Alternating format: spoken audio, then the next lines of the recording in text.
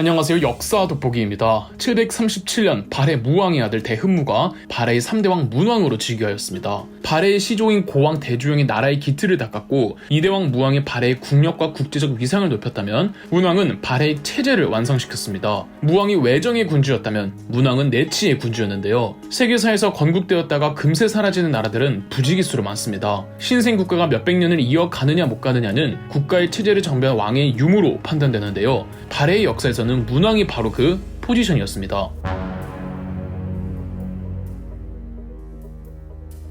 발해 문왕은 즉위하면서 대흥이라는 독자적인 연호를 사용하였습니다. 문왕은 평화의 군주였습니다. 발해 무왕 때 발해가 당나라와 전쟁을 벌이는 등 적대적 관계였지만 무왕 제2 후반기에는 사신을 보내며 화친을 맺습니다. 그러나 이것이 양국의 대외적인 교류를 했다기보다는 싸운 거에 대한 화해 정도였습니다. 당나라와의 본격적인 친선 교류를 문왕 때 이루어졌죠. 중국 측 기록을 보면 발해 문왕이 당나라의 사신을 굉장히 많이 보낸 것을 알 수가 있습니다. 그렇다고 당나라와 발해 사이에서 상하 관계가 이루어진 건 아닙니다. 발해 무왕 때 2번이나 전쟁에서 패배하면서 당나라는 결코 발해를 무시하지 못했습니다. 발해 무왕이 발해의 국력과 위상을 높여주었기에 발해 문왕은 당나라와 상호 존중을 하며 문화적인 교류를 이어갈 수 있었죠. 그리고 당시 당나라는 세계에서 가장 잘 나가는 국가였습니다. 다양한 세계의 온갖 문물들이 당나라로 녹아들었으며 당나라를 중심으로 여러 국가들이 서로 관계를 맺고 있었습니다. 오히려 당나라 중심의 세계 질서에 끼지 못하고 폐쇄적으로 문을 닫는 것이 바보 같은 일이었죠. 발해가 더 성장할 수 있던 요인으로는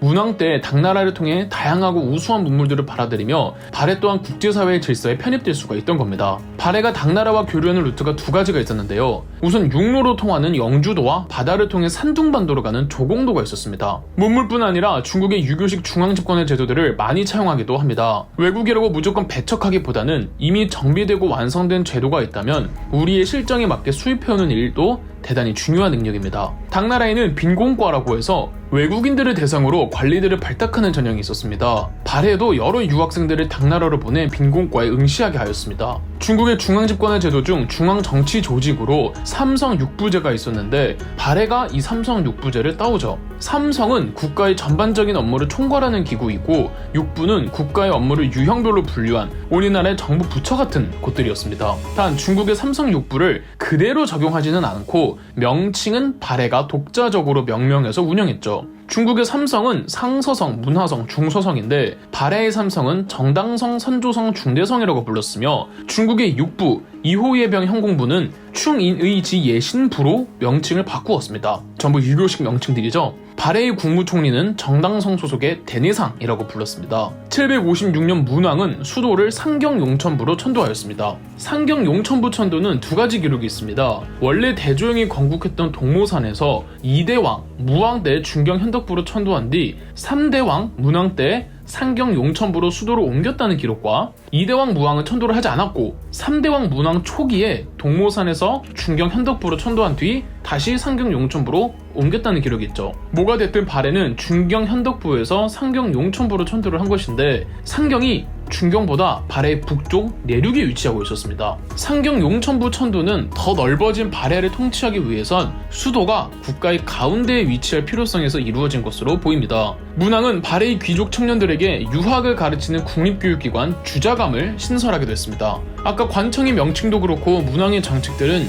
유학을 지향하는 모습이 크죠. 그럴 수밖에 없는 것이 유교는 임금에게 충성을 하는 것을 지고의 가치로 두기 때문에 언제나 통치 이데올로기로 활용됐습니다. 국가의 체계적인 관리를 위해선 유교식 질서가 필요했기 때문이죠.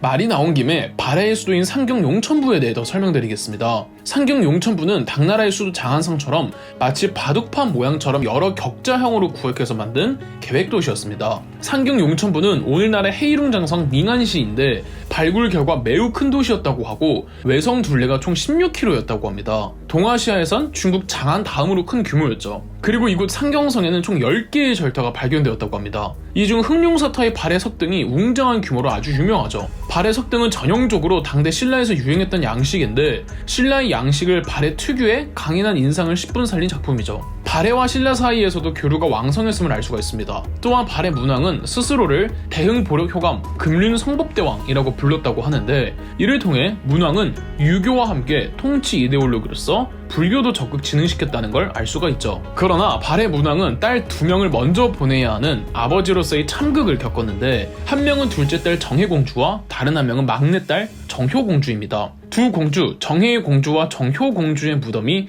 해방 후에 발견이 되었는데, 발해 무덤들 중에서 주인을 정확하게 알 수 있는 2개의 무덤이라고 합니다. 무덤 안 묘비에 정확하게 정혜공주와 정효공주의 무덤이라고 피장자의 일대기를 적어두었죠. 지금의 중국 지린성 둔화시에 가면 육정상 고분군이라는 발해의 고분군이 있습니다. 현재까지 166기가 확인됐는데, 이 중 유일하게 주인을 알 수 있는 무덤이 문왕의 둘째 딸 정혜의 공주 묘입니다. 정혜의 공주 묘의 천장은 모주림 양식이라고 전형적인 고구려 무덤 양식이랍니다. 또 정혜의 공주 묘에서는 유명한 돌사자상이 발견되었는데, 이는 동아시아에 보편적으로 퍼져 있던 무덤을 지키는 석수 문화이죠. 발해의 돌사자상은 과연 발해의 기상답게 높이 60cm의 근육질 몸매를 자랑하며 발해의 조각예술을 대표하고 있죠. 중국의 지린성 허룽시에는 막내딸 정효공주 묘도 발견되었습니다. 정효공주 묘의 묘비석엔 정효공주에 대해 공주는 일찍이 스승에게서 가르침을 받아 능히 그와 같아지려고 했고, 매번 한나라의 반소를 사모하여 시와 글을 좋아하고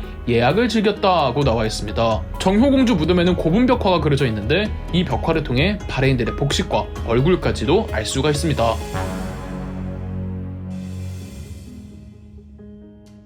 문왕은 신라와도 적극적으로 교류하였습니다. 그간 신라는 고구려를 멸망시킨 국가라는 인식 때문에 양국의 사이가 서먹했는데, 문왕 때부터 상설교통로 신라도를 설치하는 등 신라와 적극적으로 친선 관계를 유지해갔습니다. 통일신라의 문인 최추원의 글을 보면 고구려의 남은 세력들이 백두산 북쪽에 모여 나라를 세우고 나라 이름을 발해라고 하였다는 말이 있는 것으로 보아선 이 신라도 발해를 제2의 고구려로 이해하였다고 볼 수 있습니다. 무왕 이래 국교를 체결한 일본과도 꾸준히 좋은 관계를 이어갔습니다. 동해를 통해 일본과 교류하는 일본도라는 루트도 있었습니다. 발해에는 총 5가지 대외교역 루트가 있었는데, 앞서 말씀드린 당나라와 각각 육로와 해로를 교역하는 영주도와 조공도, 신라와 교역하는 신라도, 일본과 교역하는 일본도, 그리고 북방의 유목민족들과 교역하는 거란도가 있었습니다. 5가지 교역 루트의 중심에는 상경성이 있었으니 수도 상경성은 동아시아의 물산이 집결하는 대도시였을 수밖에 없겠죠. 그런데 무슨 이유에서인지 785년에는 동경용원부로 수도를 다시 옮겼습니다.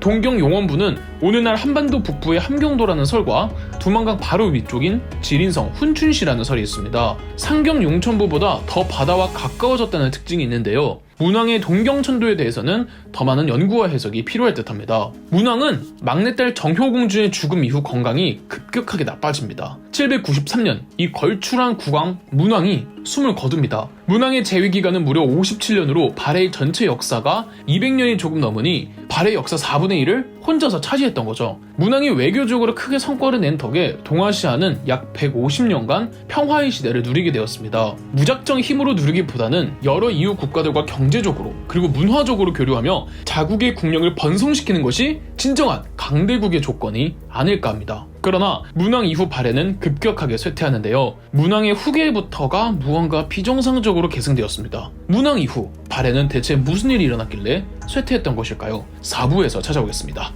그럼 역사 돋보기였습니다. 영상 재미있으셨다면 구독과 좋아요, 알림 설정까지 해주시면 감사드리겠습니다.